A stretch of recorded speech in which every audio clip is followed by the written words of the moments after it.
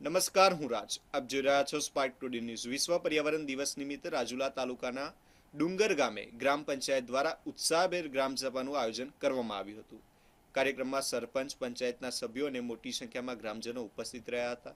ગ્રામસભા દરમિયાન પર્યાવરણ સંરક્ષણ, ગ્લોબલ વોર્મિંગ, પાણી બચાવો અને પ્લાસ્ટિક મુક્ત ગામ જેવા મુદ્દાઓ પર ચર્ચા કરવામાં આવી હતી.